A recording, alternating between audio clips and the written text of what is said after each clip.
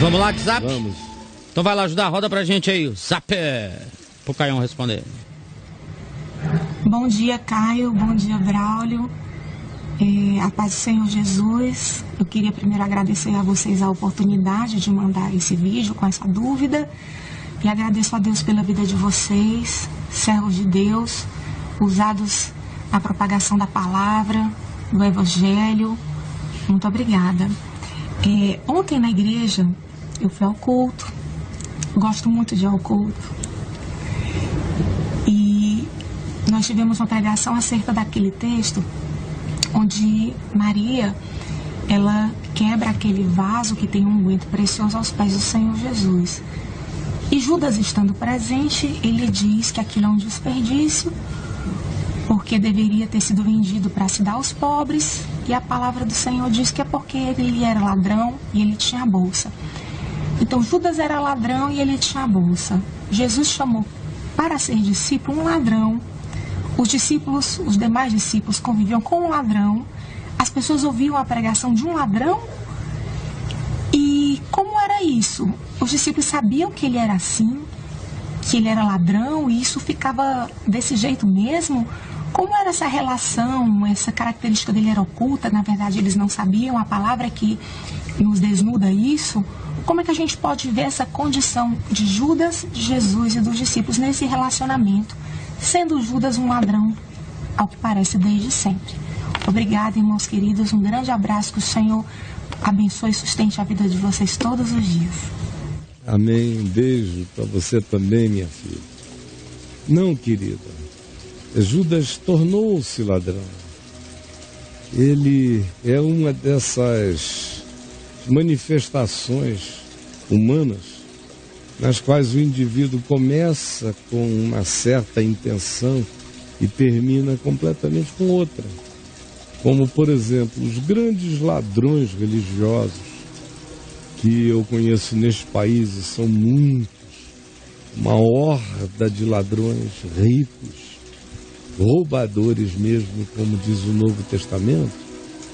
Eles, todos, praticamente, não começaram ladrões. Eu conheço a maioria deles pessoalmente desde há muitos anos. Muitos anos. Sei como alguns começaram. Havia sinceridade no coração no início. Havia desejo. Havia sonhos até equivocados, mas havia vontades, em alguns deles até meio megalômanas.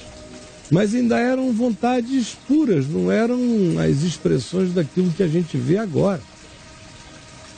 E eu vi como todos eles foram se desviando. Se eu mencionasse os nomes aqui, vocês iriam ficar chocados. Eu iria dizer: fulano, conheci com a idade tal, tinha 17, fulano tinha 18, fulano tinha 19, Beltrano já tinha 26, mas eu o conheci ainda assim, com essa atitude, com essa vontade. E vocês iriam ficar chocados de ver como eles foram se Judas iscariotizando no processo. Segunda coisa, a narrativa que diz isso, por exemplo, a mais explícita, quanto a chamar Judas de ladrão, são sempre as narrativas de João, do Evangelho de João, são as mais fortes. E é onde mais a coisa se repete. O Evangelho de João foi escrito, querido, mais ou menos uns 60 anos depois de Judas Iscariotes ter morrido. Judas já era history. Judas já era interpretado há muito tempo. Eles não conviveram com um ladrão. Havia um ladrão no convívio deles que eles só vieram a reconhecer como ladrão depois que ele se manifestou como ladrão e traidor. Depois disso é que a leitura foi feita pelos apóstolos que foram companheiros dele. É sempre uma leitura a posteriori. Senão seria cinismo absoluto, seria calhordice, seria sacanagem de Jesus, do Evangelho. Não, ele não chamou um ladrão, ele chamou um homem chamado Judas, provavelmente o mais intelectual do grupo, o mais academizado, o mais instruído daquele grupo, o mais politizado, provavelmente o que tivesse o melhor arcabouço de entendimento sociopolítico econômico do que estava acontecendo na região, e carregava ideologias, e não era o único que tinha as suas ideologias messiânicas. Simão Zelote também era discípulo, apóstolo. O nome Zelote é porque ele tinha feito parte do partido dos Zelotes, que era um partido hiperradical de esquerda,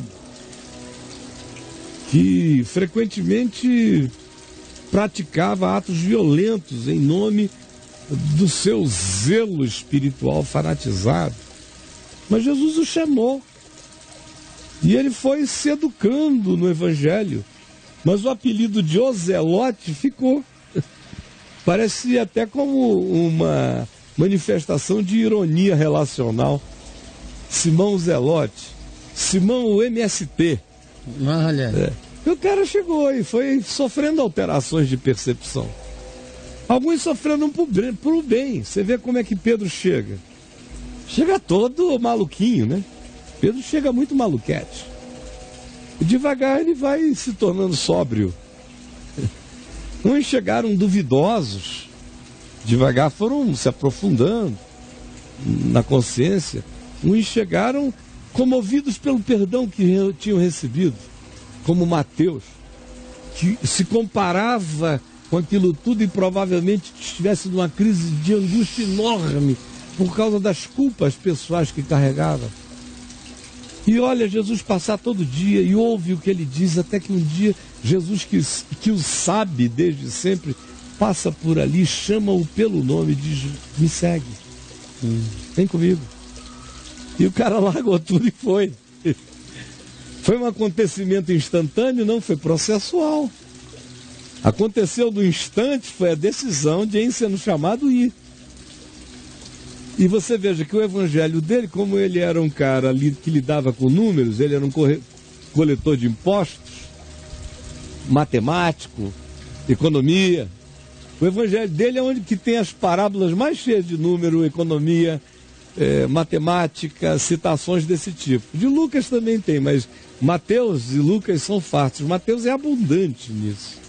Imposto, questões relacionadas a isso.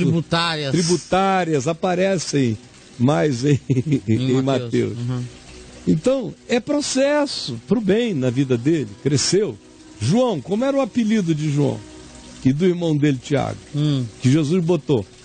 Estouradinho. É assim que Jesus o chamava, de estouradinhos. Meus estouradinhos, venham cá.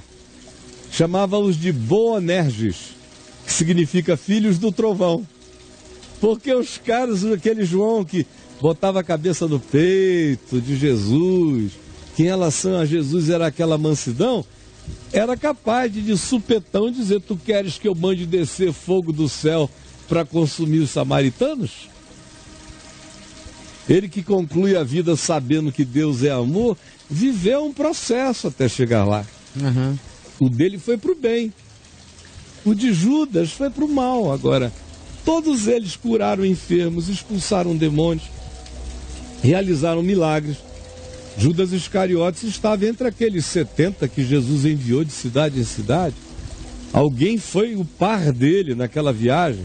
Ele também voltou alegre porque os demônios se lhe submetiam. Então, querida, quando é que aquilo começou? Como começa com todo ladrão religioso? Devagar. Começa devagar porque deram a ele a bolsa. Porque certamente ele tinha maior capacitação e interesse contábil em preservar aquilo. Por isso deram a ele naturalmente tal incumbência. A gente não incumbe de nada quem não tem nenhum jeito para fazer a coisa. Ele devia ter jeito, ele devia saber, ele devia ter o interesse, ele devia ter a sabedoria, a sapiência, o conhecimento técnico, a organização, ou, no mínimo, ele tinha disposição para aquilo, ou manifestava ter, ou quem sabe até pediu, ou passou nas mãos de tanta gente que parou na dele, e na dele continuou. Nós não sabemos como foi, mas deve ter sido como é a nossa volta o tempo todo. E aí o indivíduo já tem no coração algumas sementes de cobiça, de desejo, de poder, disso e daquilo. Quando tem a oportunidade a gente ouve no ditado popular, faz o ladrão. Há pessoas que jamais roubarão, a menos que tenham oportunidade. E no dia que tem oportunidade, não conseguem não roubar. Tendo oportunidade, só não rouba quem não é de fato ladrão no coração e não consegue. Mas há pessoas que têm essa propensão, nem sabem que a possuem porque nunca tiveram a oportunidade, até que a oportunidade chega e o indivíduo é tentado por ela todos os dias até que cede. Então, minha filha, não houve nenhum processo de cinismo, foi só um processo humano, como acontece na tua casa, com teu primo, um primo que vocês confiavam, tua mãe chegou e disse, olha, você administra para nós. Depois ele trai tudo. Aconteceu já comigo milhões de vezes, eu já tive muito ladrão do meu lado. Chegaram ladrões, talvez uns 3 ou 4 tenham sido antes de que eu os conhecesse, eu só não os discerni, porque eram tão agradáveis. Agora, eu tive outros que se tornaram ladrões do processo. Que viveram bons 8, 10 anos certinho. E depois devagar, depois de 17, você fica sabendo que nos últimos 6 o cara vem metendo a mão. Meu Deus. Aí o coração dói. Eu tive tantos. O que? Fui eu que contratei o ladrão? Não. O ladrão se dissimulou, ou então o indivíduo, pela oportunidade, pela confiança nele depositada, usou o privilégio da confiança para manipulação e foi se tornando um ladrão. Aqui entre nós é a credulidade do povo o que mais circunstancializa o surgimento dos ladrões religiosos. É só isso, minha filha. Beijo para você, viu? Entre lá no caiofábio.net, escreva a palavra bálsamo, nardo, Judas Iscariotes. Tem muito texto meu sobre Judas no caiofábio.net.